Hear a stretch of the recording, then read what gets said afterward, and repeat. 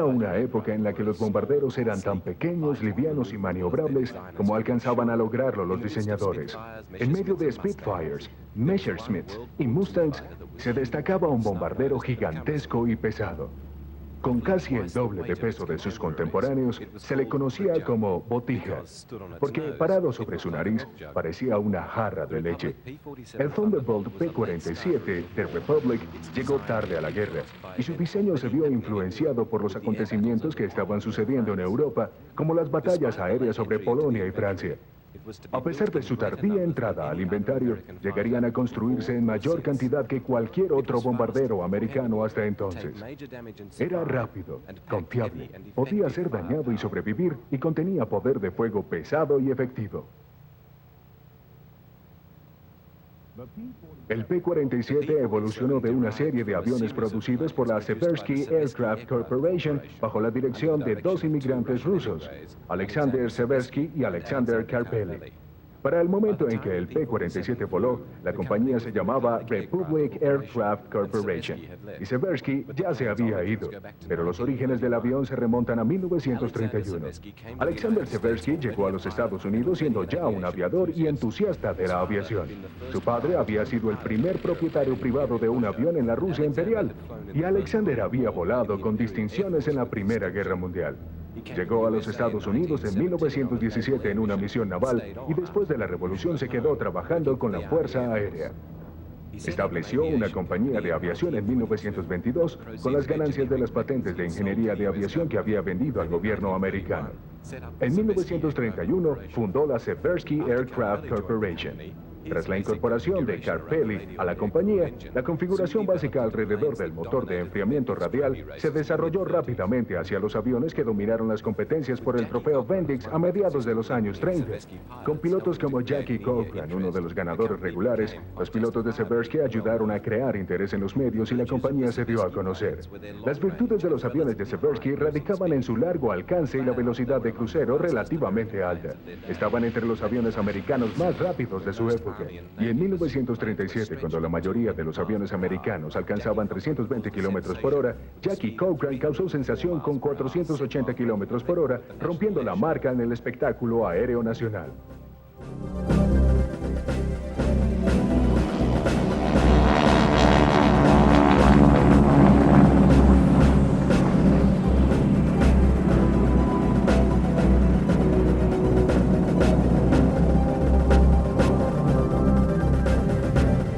By 1938, Seversky planes had won 3 Bendix trophies in a row.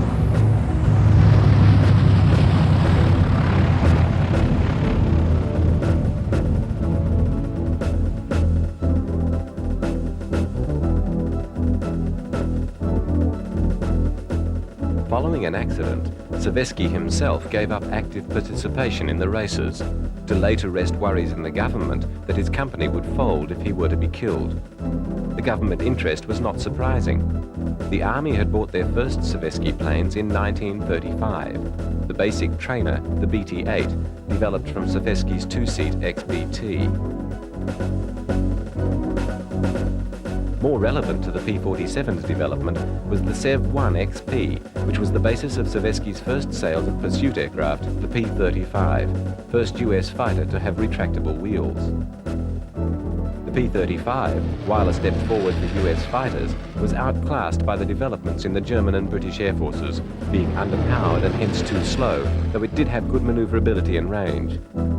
It was soon overtaken, and the company given contracts to develop the concept into the supercharged YP-43, which itself went into production only as a stopgap measure to keep the production line together while redesigns of first the P-44, which was never built, and then the P-47s went on. Neither P-35 nor P-43 were effective fighters by the time they were deployed. Like the P-43, the P-44 was to have been built around a turbo-supercharged radial engine and would have been about the size of most of the fighters of its time. But, like the earlier two designs, it was light on both protective armor and firepower. Kartvelli and his team were racing to catch up to the rest of the world, and designs were now commenced for a new plane that was given the number P-47, to be worked around a large liquid-cooled engine with plans being submitted to the Air Board in August 1939. A fortnight later, Hitler's posturing around Poland suddenly turned savagely into war, and the American designers were confronted with stunning evidence of how inadequate their current thinking was. The war that Hitler and his generals were equipped and ready to fight was a new technologically advanced lightning war. Much of the army was horse-drawn and outdated, but the attacking fists of the German panzers, with the Luftwaffe's total dominance and ruthless exploitation in the air, crushed the Polish defences quickly. While the US had its own very good strategic bombers like the B-17, they were obviously still lagging far behind in fighter aircraft, in all the fighter roles. Faced with news of the Nazi bombing strikes on cities and towns in the opening campaigns of the war, the US faced the chilling, though distant, possibility of being unable to repulse such forces with its existing planes. Like the P-47, all the designs going to the US Army, though promising, were based on new liquid-cooled engines that were still not working satisfactorily, and there was a cautious desire to retain some capability using the tried and tested radial engines. To give spur to Carpelli, there was available a new huge radial with 2,000 horsepower, and the plane was literally designed around the power plant and the ducting for the massive turbo supercharger built into the fuselage. The giant they created was theoretically a plane of great speed, 400 miles per hour was the target, and great height, with a massive punch from the 8 heavy machine guns mounted in its wings. It was called the P-47B, and the first one was produced on May the 6th, 1941. Despite teething troubles that included the loss of planes due to engine failures and due to their tendency to go too fast for their airframe to hang together, production and development proceeded rapidly in parallel, the C model and the D model both appearing by the end of 1942. Aparecieron a finales de 1942. No obstante ser afectado por choques constantes, el avión excedía fácilmente a algunos de sus blancos y su velocidad máxima de 688 km por hora se recibió con beneplácito por el evidente poder de su armamento.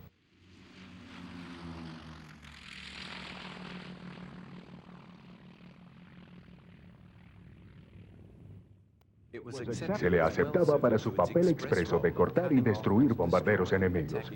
Sin embargo, a medida que se resolvían los problemas y los aviones empezaban a multiplicarse, las necesidades reales los señalaban para un papel enteramente diferente, el de bombardero escolta que operaba desde Inglaterra.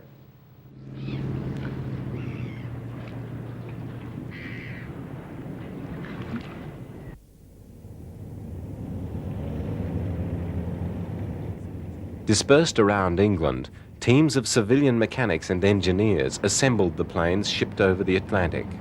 Soon, in addition to this task, they would be carrying out major repairs on battle-damaged planes.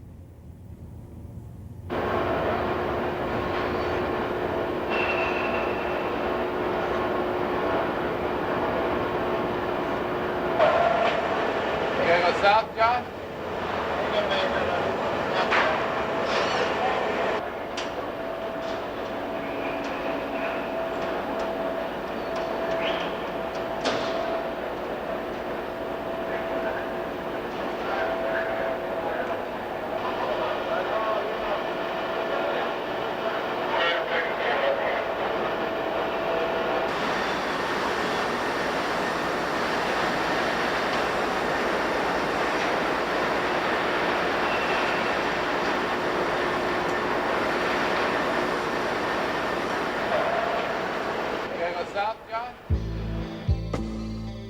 The first plane had been unloaded a few days before Christmas 1942, and as soon as the Thunderbolts became available, they were rushed through operational assessments, and plans to equip 3 groups went ahead.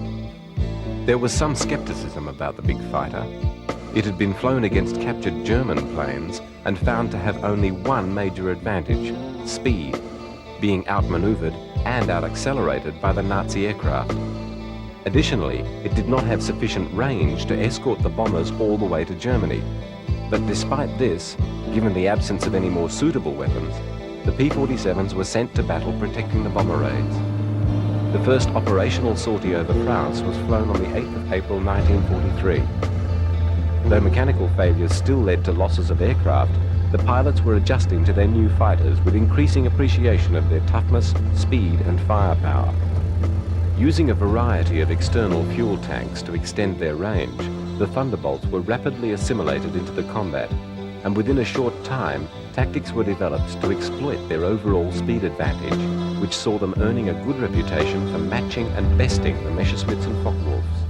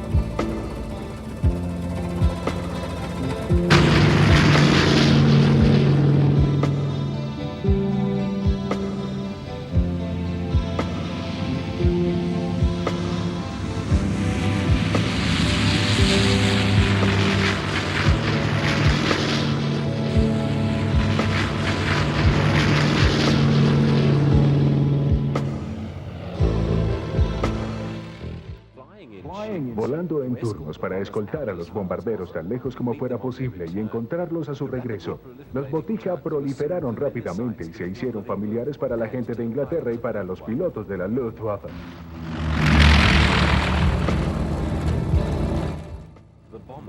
Los bombarderos habían sido construidos para proveer apoyo entre ellos mismos contra un ataque masivo, la creencia de que serían capaces de prevenirlo dirigiéndose hacia sus blancos y de regreso a casa. La necesidad de enfrentar bombarderos contra bombarderos aún no se apreciaba completamente, y en las fases iniciales de la campaña se produjeron grandes pérdidas. Incluso con protección, los grandes aviones eran muy vulnerables y las pérdidas continuaron. Sin embargo, la batalla lenta y continuada tenía un efecto mayor. En ese sentido, los alemanes podían permitirse pérdidas en aviones y pilotos, pero los aliados no. Mientras más se prolongaba la campaña, se acumulaban los momentos de desgaste a medida que las fábricas y la infraestructura alemana se veían atacadas en forma persistente.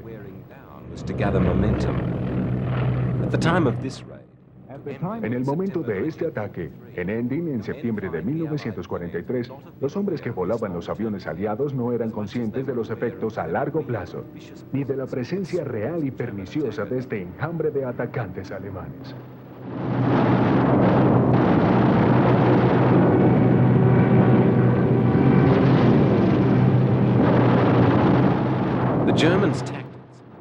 Las tácticas alemanas orientaban a sus bombarderos a concentrarse en el ataque a bombarderos y no a comprometer escoltas a menos de que fuera inevitable. Esto era adecuado para el alto vuelo del Thunderbolt, que podía volar sobre las formaciones de bombarderos y aún así clavarse para interceptar a los atacantes. Una vez ganaban velocidad en el clavado contra los alemanes, tenían pocas posibilidades de escapar. Las tácticas que se habían empleado sobre los Spitfires de picar y escapar después del ataque simplemente enfrentaban la fortaleza del P-47 y los nazis aprendieron de la peor forma que no había manera de superar al botija.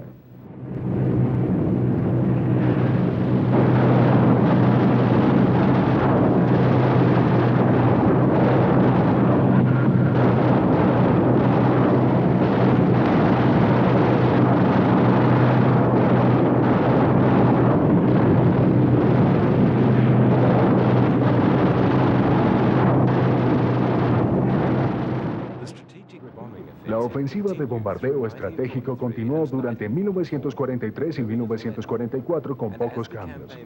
A medida que la batalla proseguía y las tácticas se ajustaban, la situación se deterioraba para los nazis. Sus pérdidas de aviones eran un problema, pero las pérdidas de pilotos eran insostenibles. Their aces were going. The veterans of Spain, Poland, France and Russia were thinned out by each successive demand. In addition, the planes that had been all-powerful had been bested, first by the Spitfires and Hurricanes of the British, and then by the newer American types. Worse, they were not being replaced by better planes. The constant revising of the Me-109 saw its effectiveness tumble as its weight rose, and the FW-190 too started to show signs of having outstayed its era. The Germans had the knowledge to have wrested control with jet fighters, but through Hitler's mistrust and a generalized lack of foresight, the fighter potential of planes like the Me-262 was to be overlooked until it was too late for them to swing the balance back to the Germans. So 1943 and 1944 saw the Luftwaffe decline, to the point where, far from having absolute air superiority throughout Europe, the Germans could not even control the skies over their own homeland.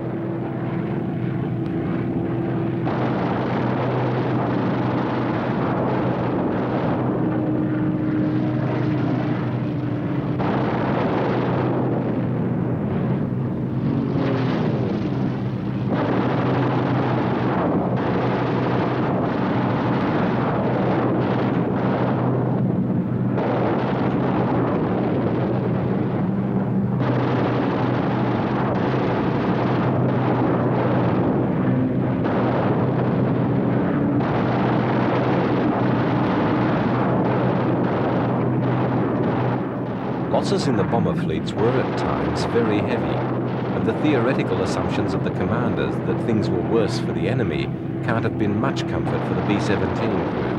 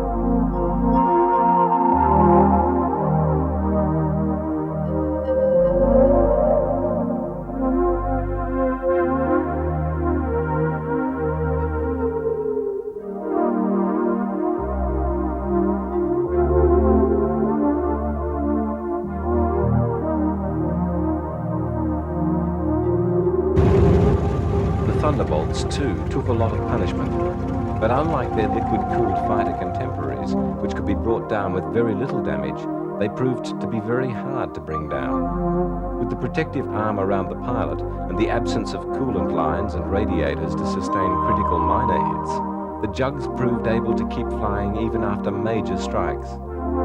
However, the positioning of the fuel tanks meant that they had an uncomfortable tendency to catch fire, and pilots had to be alert to the need to bail out quickly if the tanks were hit.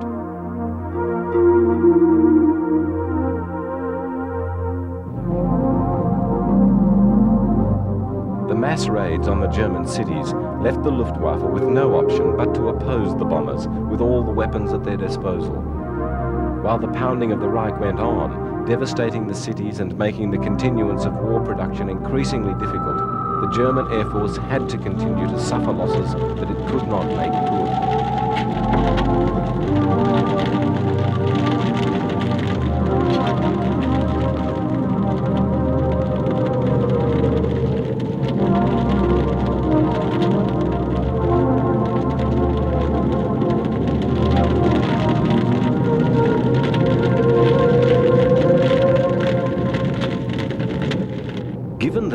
of the P-47s were leaving their bombing support missions with ammunition aplenty still on board, it was but a small lateral thought to employ that firepower to good effect on the way home. From a relatively ad hoc beginning, this soon became official policy, and the shifts of fighters were slightly shortened to ensure a small margin of remaining fuel for these strafing runs. The railways and airfields of the Germans came in for special attention. The Luftwaffe found itself being destroyed on the ground, and the P-47 found itself increasingly regarded as a ground attack weapon. The air war in the Pacific had rapidly adjusted from the initially stunning Japanese successes, and the US, recognizing the importance of air superiority and with its enormous material advantage, pushed a string of airfields across the Japanese Empire aimed at Japan herself. From these bases, secured by the Japanese inability to compete with the quality and quantity of American planes, America's economic power translated itself into a military force that was unstoppable.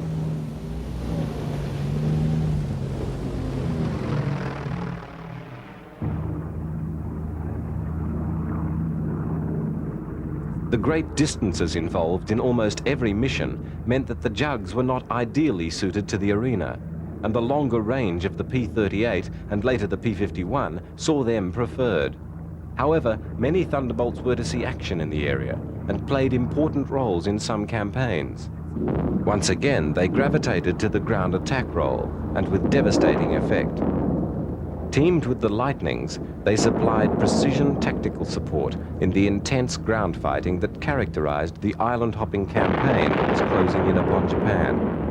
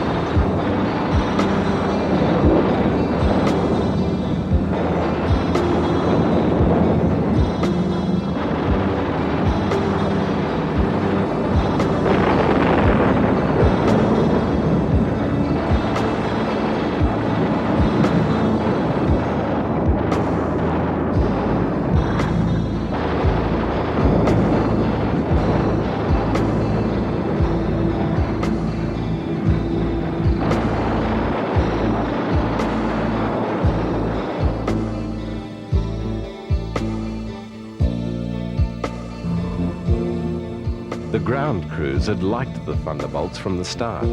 They were dependable and rugged and tolerant of difficult conditions. Their servicing had been thoughtfully considered by the designers, and every effort had been made to simplify matters. Though they had their own critical nuances and bad habits, these affected the pilots rather than the crews, and compared to many other marks, the mechanics rated them very highly.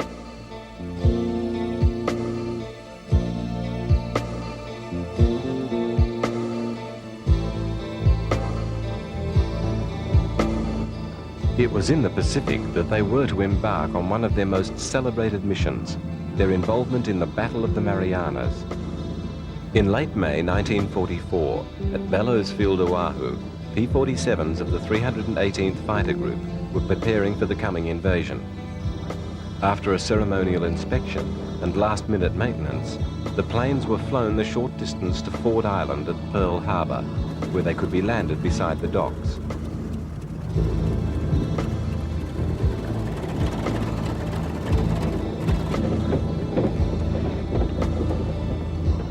From the airstrip, they were wheeled up to the side of waiting ships and then swung aboard. The ships were two of the Bay class of Jeep carrier, the USS Manila Bay and USS Natoma Bay.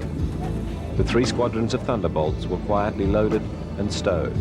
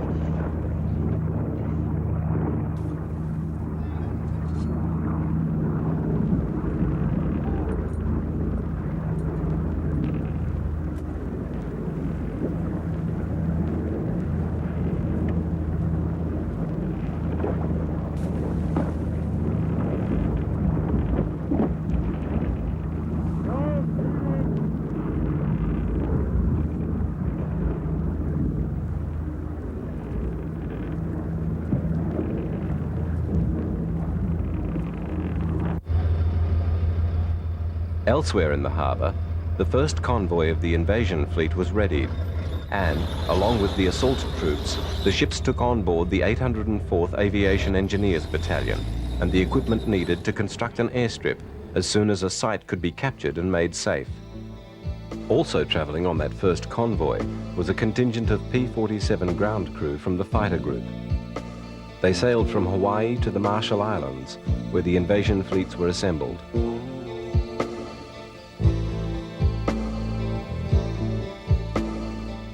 Back at Pearl Harbor, the last of the fighters was carefully loaded as the second invasion convoy prepared for departure. The invasion of the Marianas was a major step forward for the Allies. From Saipan, Tinian or Guam, they would be in a position to strike next at Okinawa or Formosa, bypassing the Philippines and neutralizing the large Japanese garrisons there. More immediately, they would be able to effectively complete the blockade of Japan, cutting her off from her vital supplies of war materials, particularly rubber and oil. The Marianas was clearly going to be a campaign that the Japanese could not sidestep. The stakes were too high. To lose the Marianas would leave even the Japanese unable to deny, at home or abroad, that they were beaten. It would be evident from that point on that the only factors would be time and fanaticism. The eventual outcome would not be in doubt.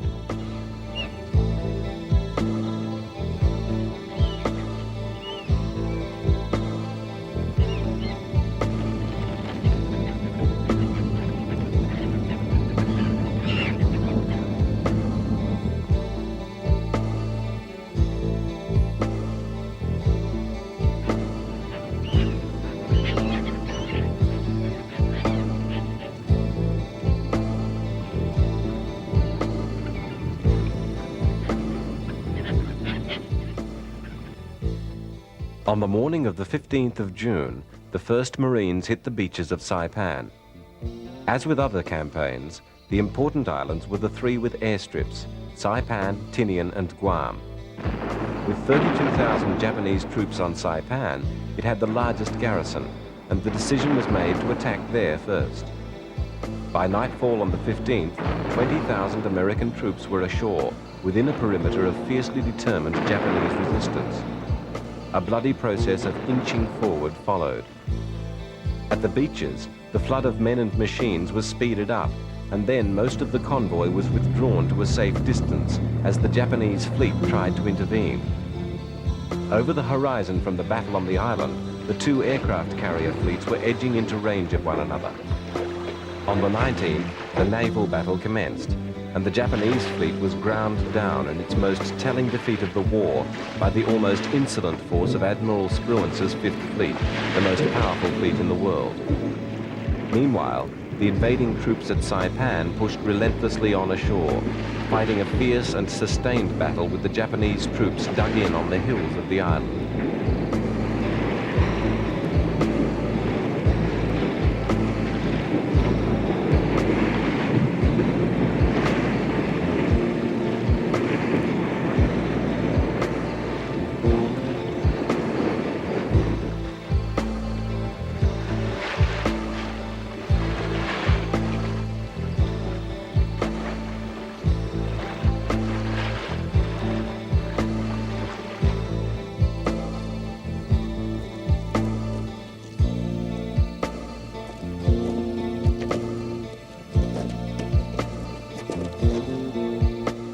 On the 17th, the US forces captured Aslito airfield, and by the 18th, the Japanese had been pushed far enough back for the engineers to be moved in to commence reconstruction.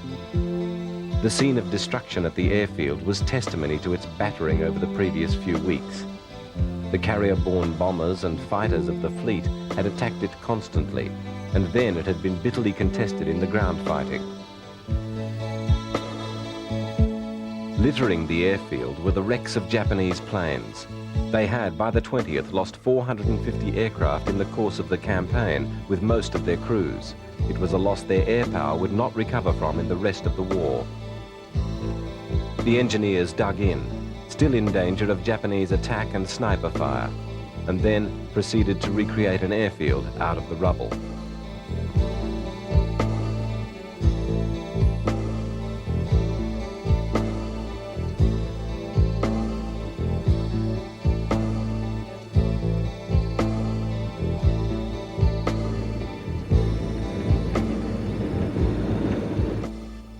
On the 22nd, 7 days after the first troops went ashore, the runway was ready, and the two transport carriers stood to, 60 miles out to sea, to launch the Thunderbolts ashore.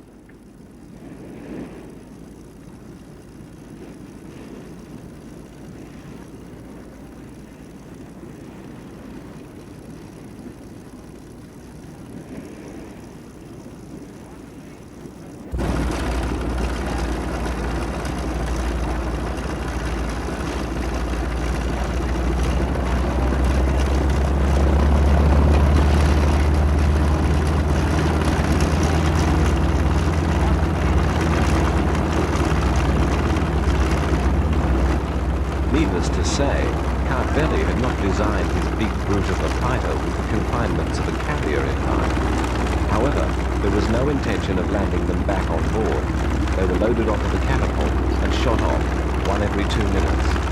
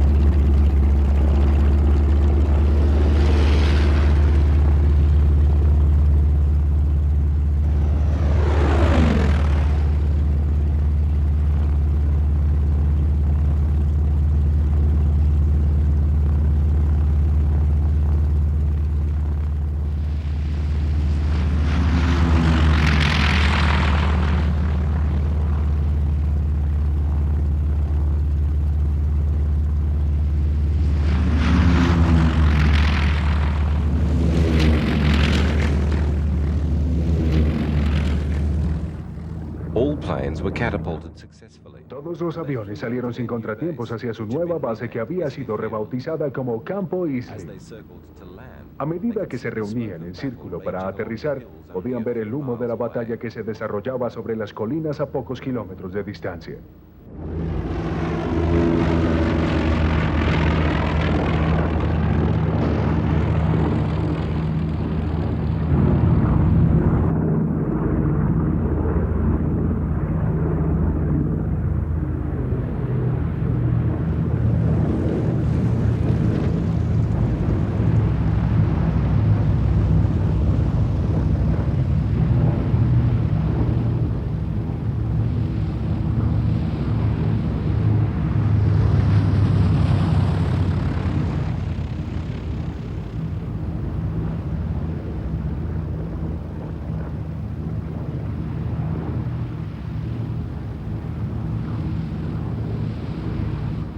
No sooner had they landed than they were in action.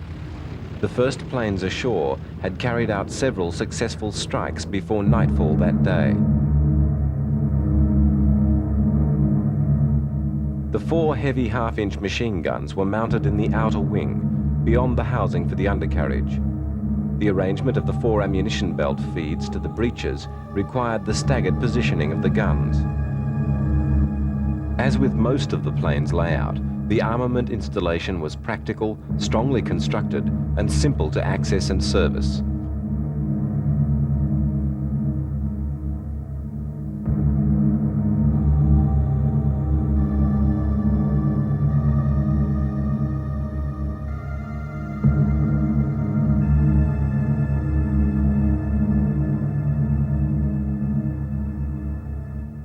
The Thunderbolt's increasingly potent external tactical stores were also simple to load. The rocket installations had at first been inefficiently designed, and there had been difficulties with their accuracy. But these problems had been quickly overcome with realization of the potential of the combination of fighter and rocket.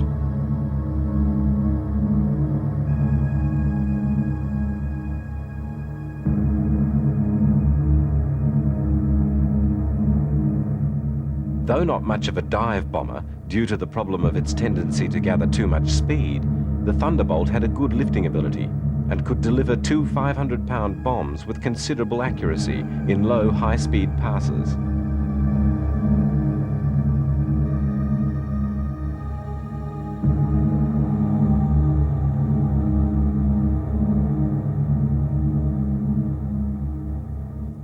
Saipan was the scene for the Thunderbolts to be the first planes to use a new weapon in combat, napalm. Using external fuel tanks as containers, napalm bombs were constructed on the planes.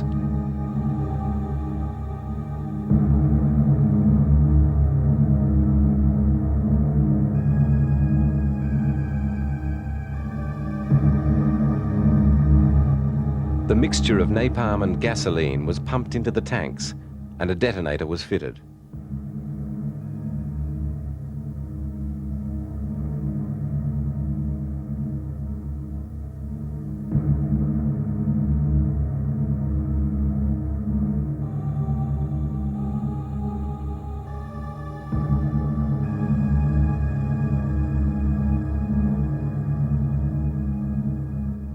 The fighters were an important factor in the rest of the Saipan campaign and the campaigns on Tinian and Guam. The fighting on Saipan went on into the first weeks of July, with Japanese losses over 26,000 troops.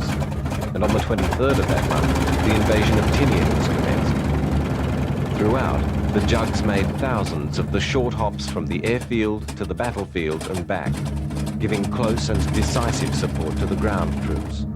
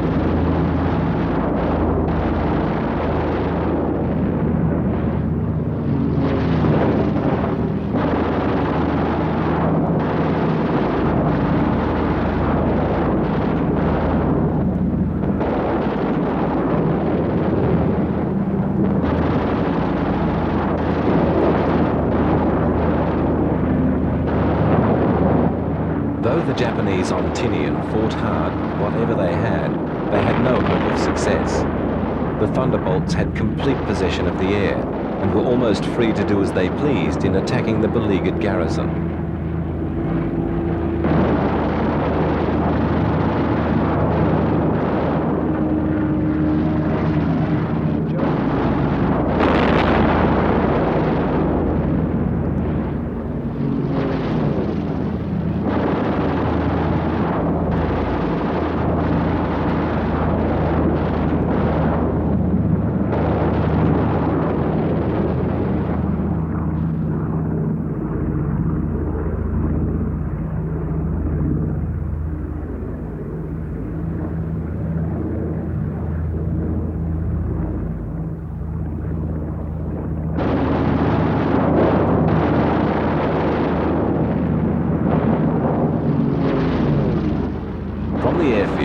Across the narrow strait, the ground crew and off-duty pilots were given a rare chance to watch the squadron's planes at work, with guns, rockets, bombs and napalm on the enemy defences.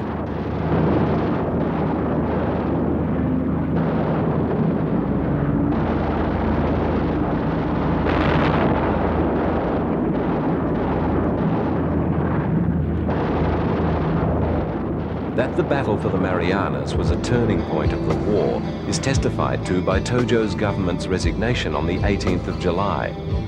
It was one of the major amphibious landings of the Pacific campaign and the last time the Japanese fleet could muster an effective fleet air arm. It was also a great example of the way that the jugs were becoming an integral part of army calculations on the battlefield. This importance was also reflected in their use in Europe in the latter parts of the war, particularly by the 9th Air Force.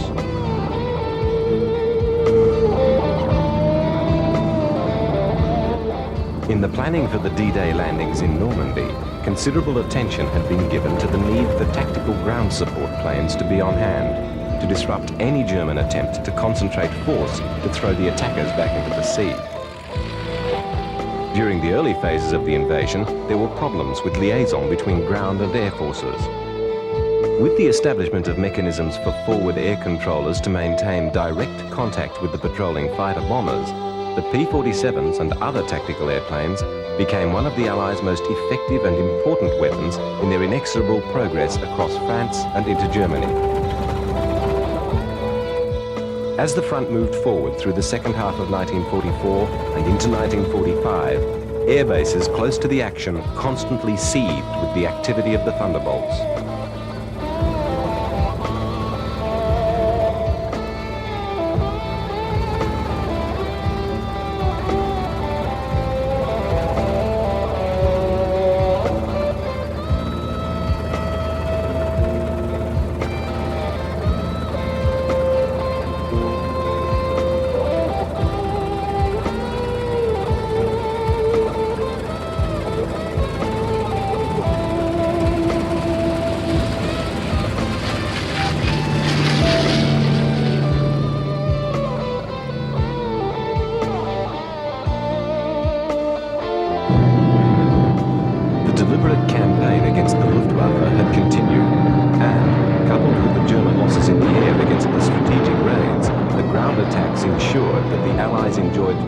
Air supremacy over France and Germany even before the troops were landed.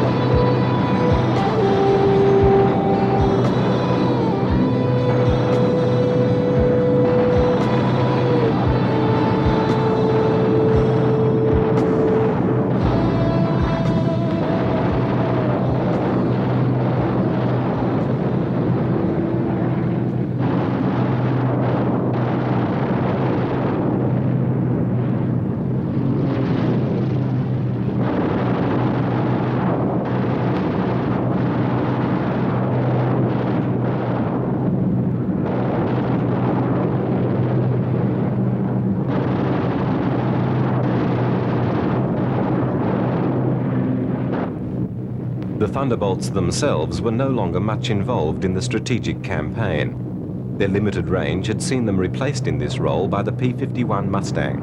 which, with its coupling to the Rolls-Royce designed Merlin engine, had become one of the most potent fighters of the war.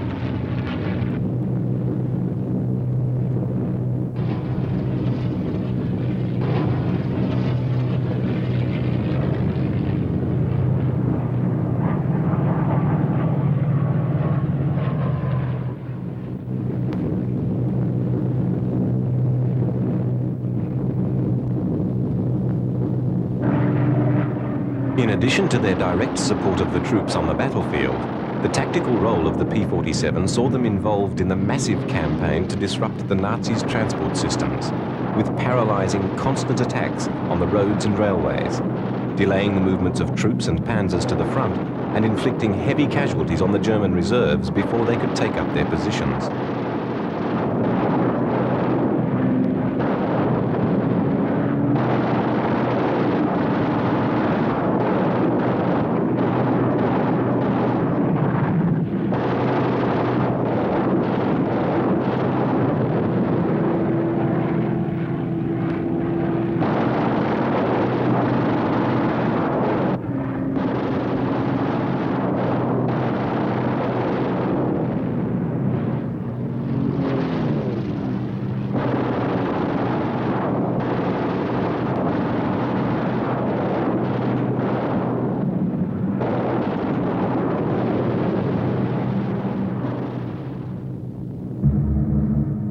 As the Allies overran the German army, the scenes of destruction that greeted them confirmed the effect of the tactical support. The paralysis of the railway networks in particular was a major triumph.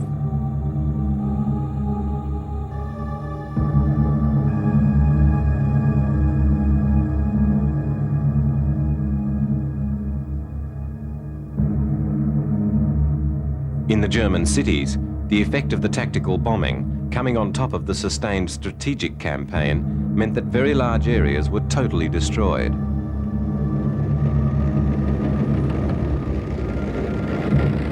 The advancing armies drove through scenes of destruction that were unparalleled in scope. The First World War had seen comparable desolation, but only in the relatively narrow confines of the battlefields. Here, entire countries had been laid waste.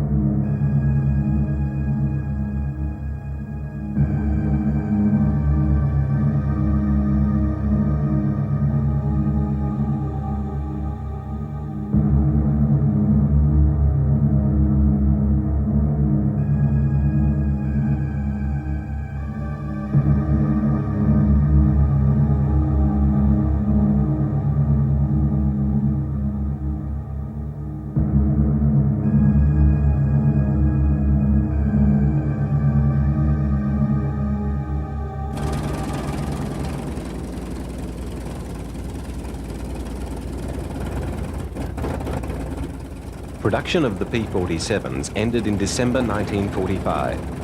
In the 4 years from the first flight of the plane in 1941, 15,683 had been built, the largest ever production run for an American-built fighter aircraft. The multitude of Thunderbolts had proved themselves very worthy weapons and, particularly in their tactical use, had paved the way for many of the theories behind the developments in post-war military aviation.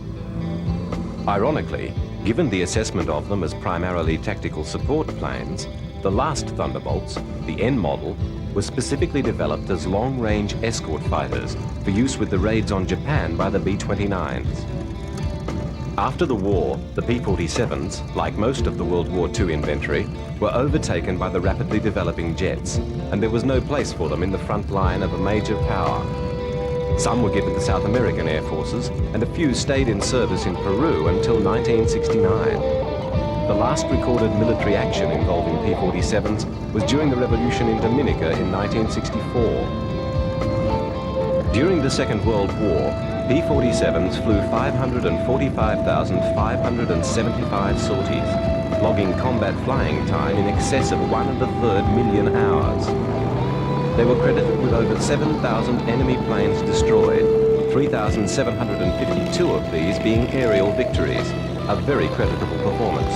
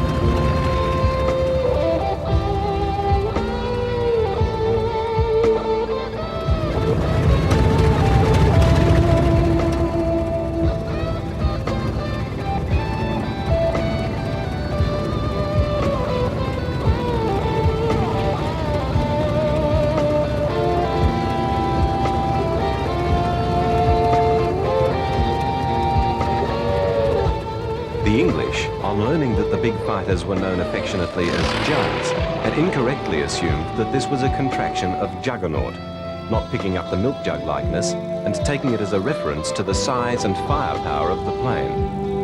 It certainly was big, and it certainly packed a heavy punch. The P-47 was one of the most successful fighters of the war and one of the Allies' main weapons. And there is no doubt that it was one of the truly outstanding aircraft of all time.